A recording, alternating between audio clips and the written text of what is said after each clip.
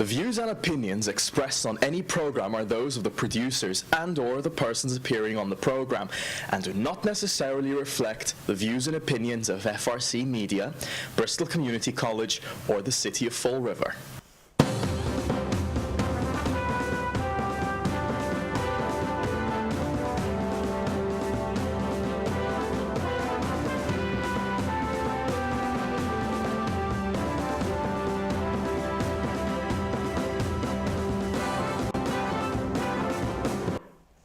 Hello, welcome to Spindle City Straight Talk. I'm Chip. I'm CJ. And I'm Carlos.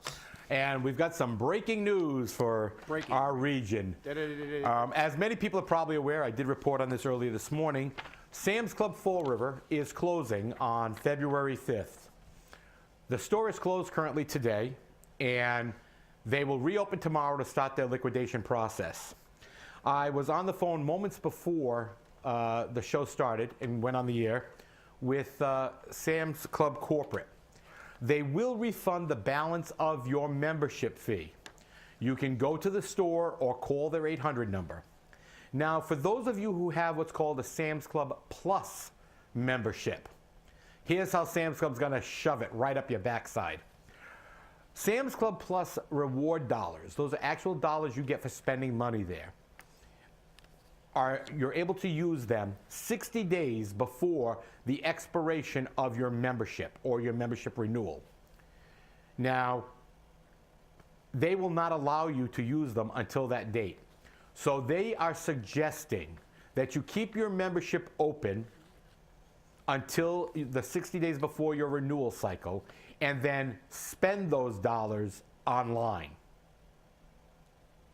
Now, the problem I have with this is, why should I have to spend my dollars online with a company that didn't see fit to keep themselves in our region? Because not only are they closing Fall River, they're closing Seekonk and Warwick. So we don't have a Sam's Club anymore in Fall River. This is a Kenny Fiola triumph. Because remember, Sam's Club and Walmart were the big thing a few years ago under Mayor Will Flanagan. And when I spoke with a vice president early this morning, who reminded me that, do you know what time zone I'm in? And I said, you should be awake, you're closing stores.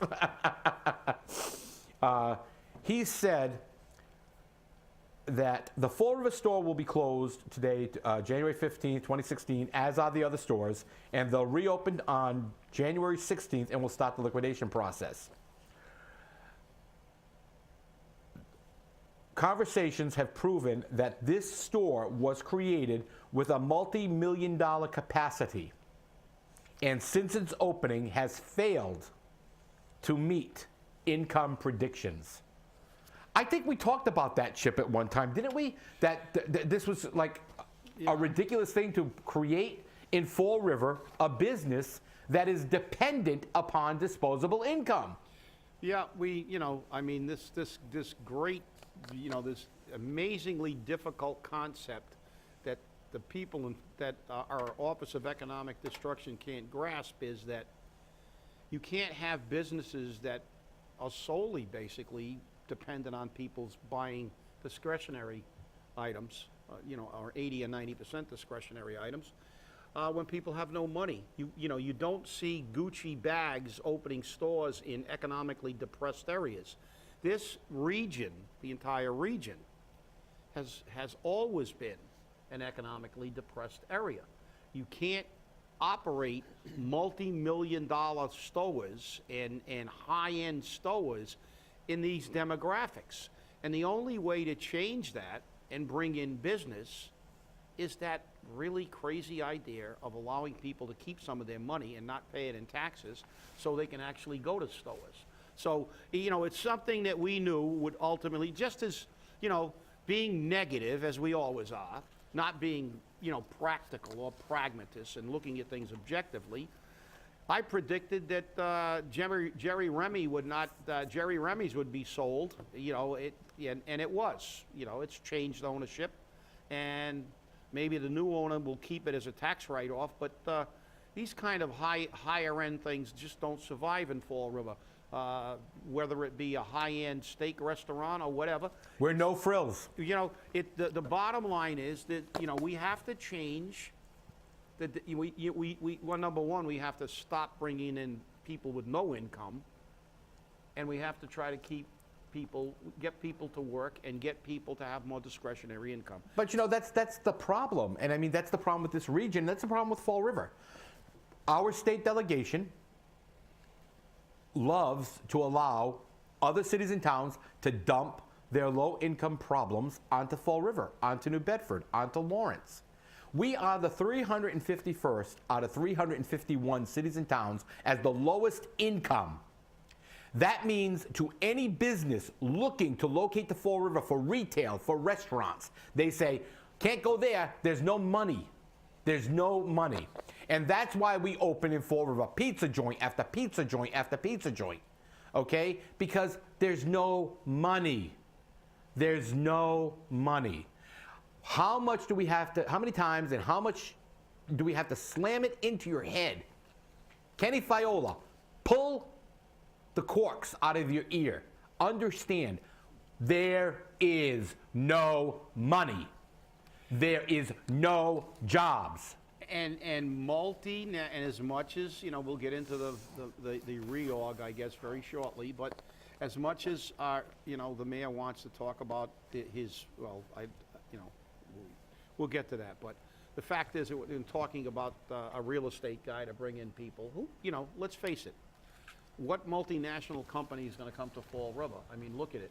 I think last night or the night before last, I don't know even know if it's hit the regular news yet, but I talked to a police officer friend of mine that said there was a stabbing on Alden Street near Quikasham, and some woman was carving up some guy in the middle of the street.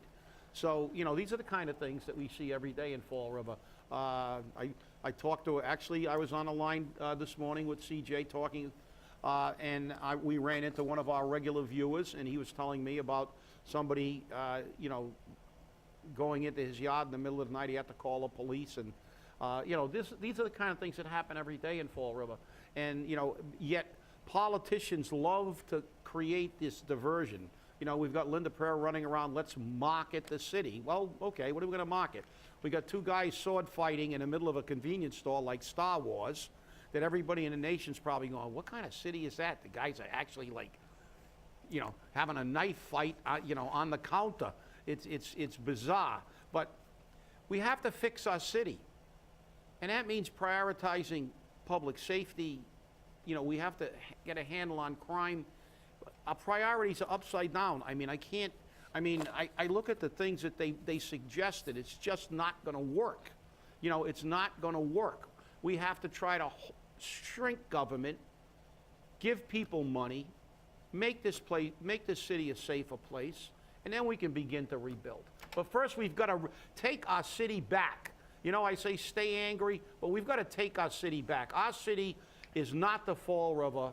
As much as they try to pretend this is Fall River of 25 years ago, it is not. We have to take our city back, because every time you see somebody getting arrested, about 90% of the time, you'll find out that that person was not born and brought up in Fall River. They came here via Boston or via some other community. Brockton, Lynn, Lawrence, they're from everywhere. And what they've done is they've turned our city into a dumping ground.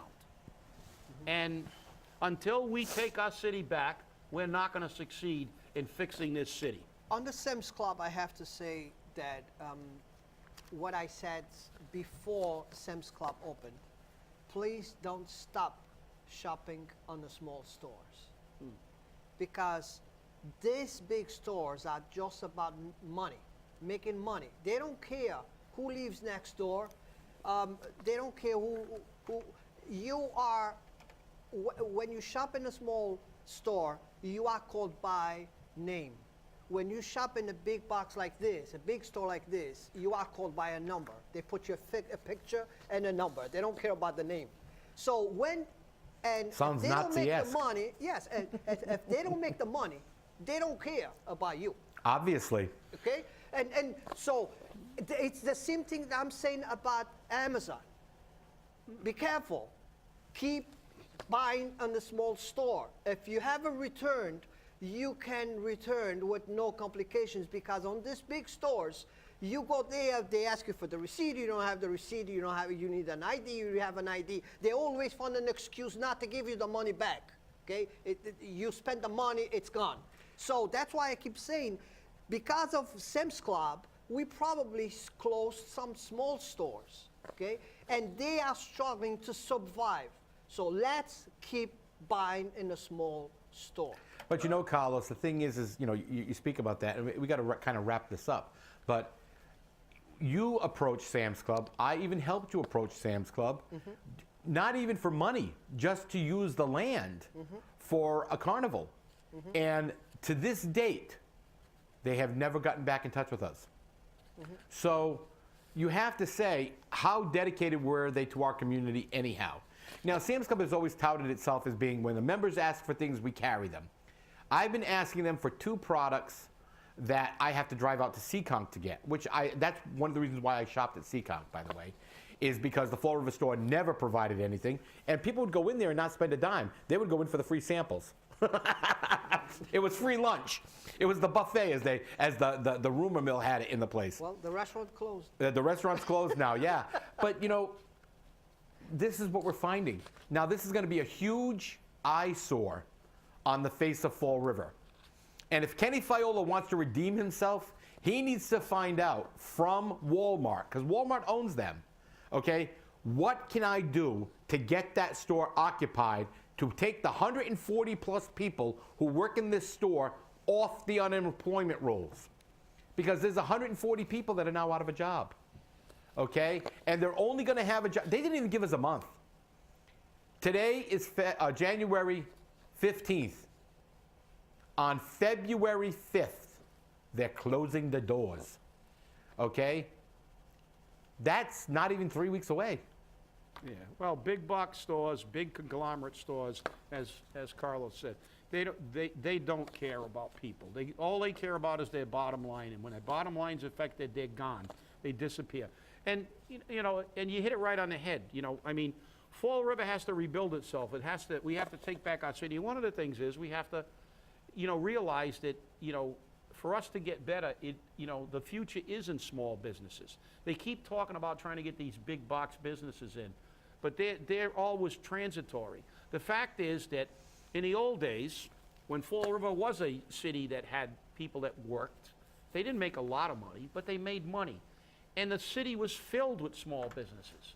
I remember when I was younger, people used to have a credit at Shalmore's Furniture, and they'd get a paycheck every week, and they'd go there and they'd pay Shalmore. And everybody owned furniture, and everybody bought things, and we had a ton of stores. Good furniture. And very good furniture, and you know, but people spent money. There were small businesses on every corner. You could walk up the Pleasant Street. It was just like Main Street. We had tons of stores. Why? Were they making $1 million? No. But everybody was making a living, and we had a city. We had a city that was safer, and we had people in it that cared about their properties, and we had a much lower crime rate. We have to bring that city back. We have to take our city back. We have to stop bringing in no-income people. We have to make the city attractive for people who want to come back into an urban area and have a store that they can walk to and do it. And I truly believe, Carlos, you hit it right on the head.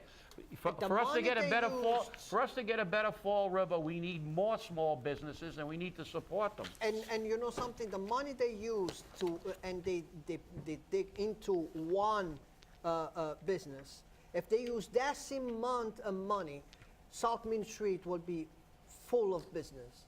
Pleasant Street will be full of business, because the money that was spent over there was enough to fund, you know, 100 business. Yeah, but in order to keep them in business, we need to put money back into people's pockets. That's right.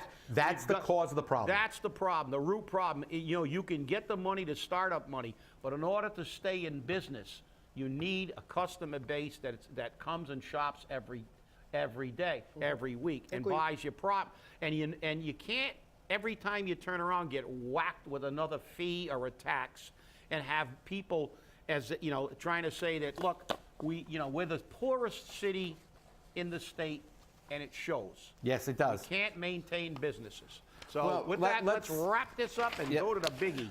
Okay, well, let's go real quickly. Bristol County, and Fall River is part of Bristol County, has made the next great claim to fame, the high-intensity drug trafficking area. And of course, they gave us more money to attack drug trafficking and opiate addiction. That's enough said on it. I think it's ridiculous, but hey. Which is why we don't need a drug czar. There's more money being pumped into Exactly. opioid stuff. So, and we are a high traffic. I think our first priority, rather than sending police officers to do follow-ups, I think our police officers should start doing what they're being, and they do it, and I know they're doing everything they can, because I know a lot of them, stopping the high trafficking And you know, of the drug. I said this yesterday at a meeting. One of the things we need to do is we need to do like East Providence does, and like other cities that have low drug dealing situations. We need to have a show of force. When you get stopped by a police officer in Fall River, you're lucky if you get 2 cruisers to come by for one guy to back up the other. And to me, that's dangerous, okay? But let me tell you something. Even little old ladies can sometimes be a little belligerent. But in East Providence, when you get pulled over, you don't get 1 car, you don't get 2 cars, you get 5. It's a show of force. The drug dealers know, don't go to East Providence. Make them come to South Providence. And even in Providence, Buddy Cianci did it. He kept them all on the south side of 195. And he's like, if they come over the bridge, send them back.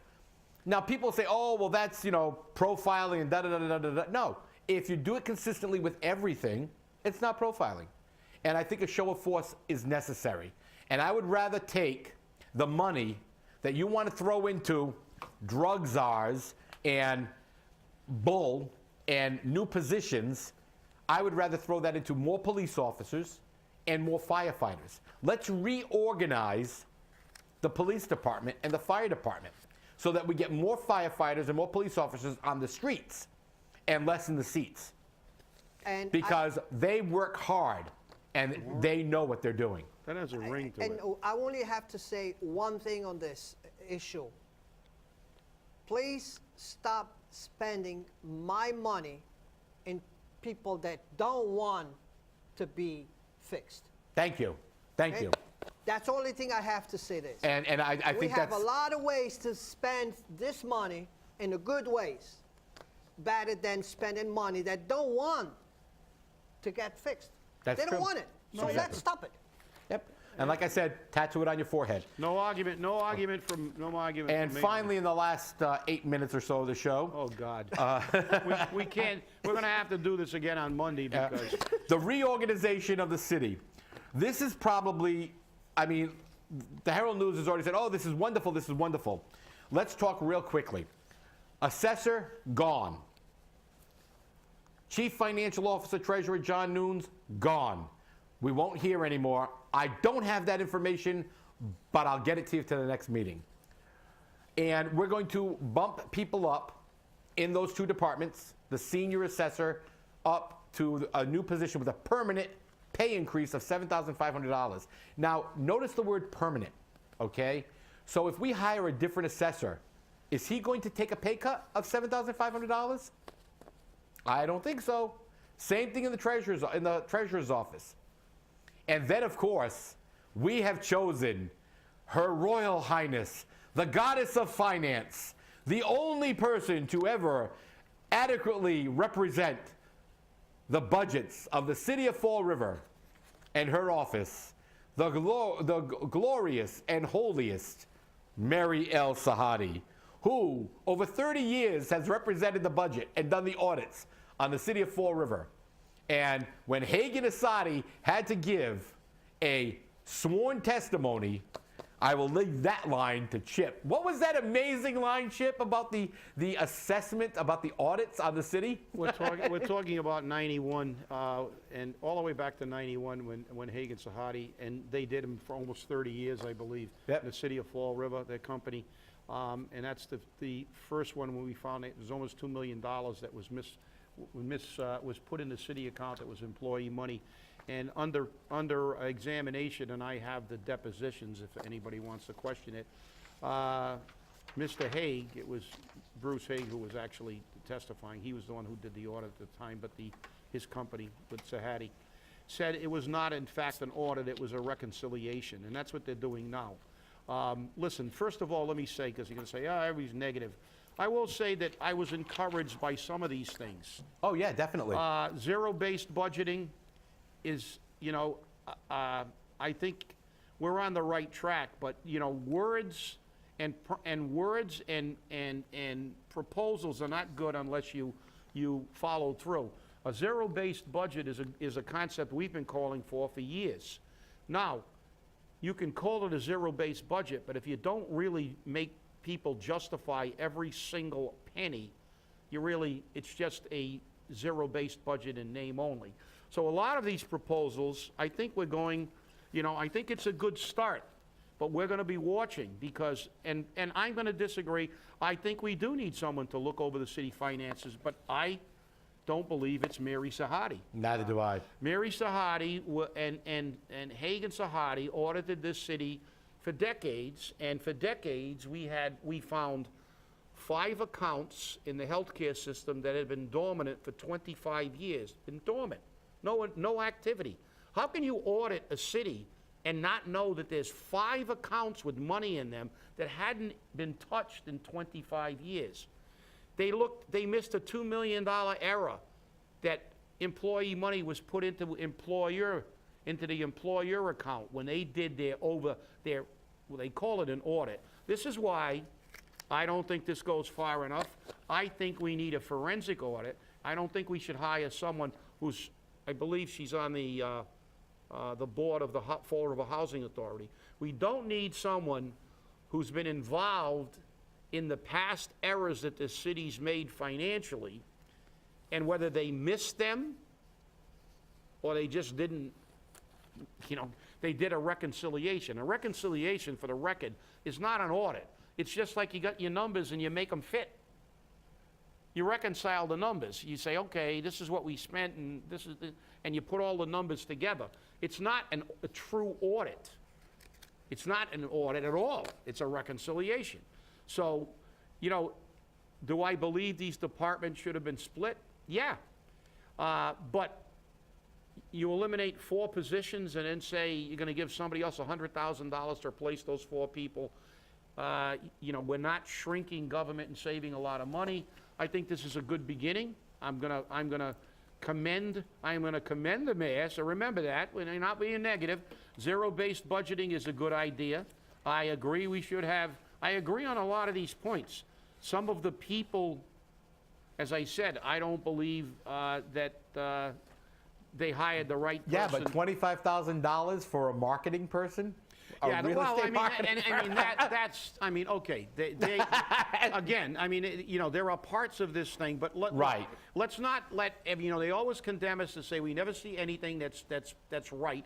I think zero-based budgeting is exactly the right thing to do. But we're going to be watching to make sure but there's a true justification. Yeah. There are a lot of things that are right about this, but they're only going to be right if they're followed through on and done correctly. But Chip, let's also remember that this isn't true zero-based budgeting because they're going into this right away and they have employees. So they have salaries. So those salaries are in there. And we have to make sure that the mayor justifies every single salary, he did every say single that, position.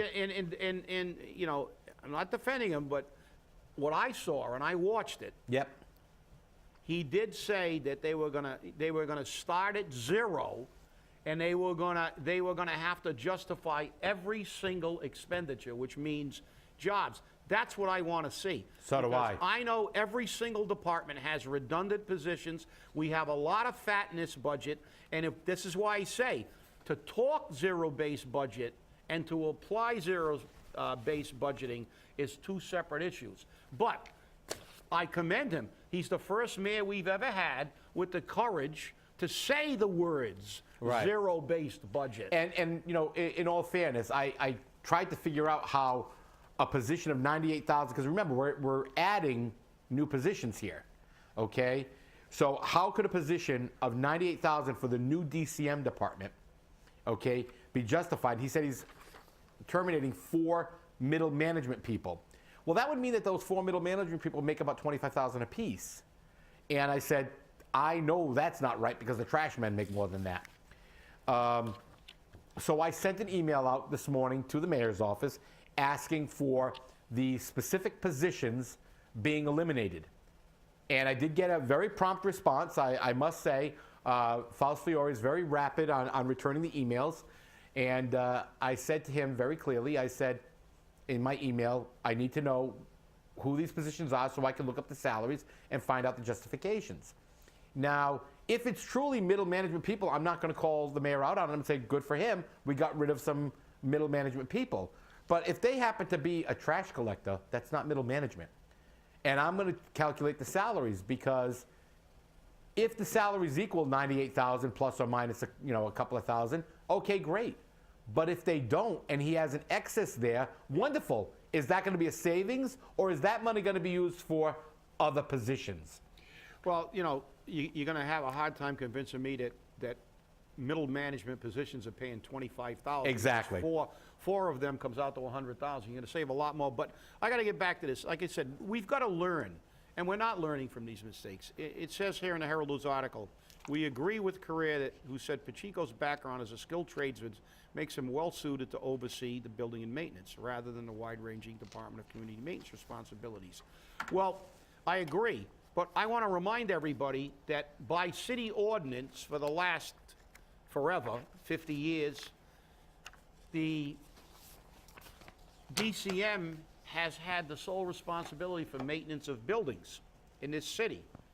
$1.8 billion this year. It's not a question of this is something new. The question has to be asked, where was the oversight on DCM by the city council or by anybody or by the department head that allowed these buildings to fall in disrepair to the extent they are now over the last 20 years, when in fact they were ordered, they were commissioned by a city ordinance to maintain those buildings. So it's not that we didn't have these things in place. We get back to the same old, same old. Nobody pays attention until government by crisis again. But, even though they were commissioned to run it, and a guy that, by their own admission, is skilled at the building trades, well, why weren't the buildings looked at? And the question is, where did the $1.8 million go for the maintenance of these buildings? $1.8 million a year. Where's it going? Who's spending it? What's it being spent on? Don't get me wrong. I think money's being spent somewhere. The question is, who's spending it and where? As I've said before, everybody wants, all these advisors, and I said, the mayor needs all kinds of help. No, he doesn't. We've got department heads making a tremendous amount of money, 6 figures. Well, not he made it $98,000. It's like $9.99. It's not really $10. But I can guarantee you, I'll look at his contract, and he's got a few other stipends that brings him of course. Well over $100,000. Longevity pay. Yeah, longevity and uniforms and sick leave buybacks and things like that. But the fact is that it's not a matter of reinventing a wheel. All the things are in place to do the jobs in the city. The fact is that the department heads have to be held accountable by the mayor to do the jobs and do the job that they were hired to do. If you look at the city ordinances, building maintenance has been the purview of that department for the last 50 years. This is true. So stay angry and let's do zero-based budgeting. There you go. And Monday, BCC, 8:30 is the Martin Luther King breakfast. We will not be on the air on Monday. Have a great weekend. We'll be watching, Mr. Mayor.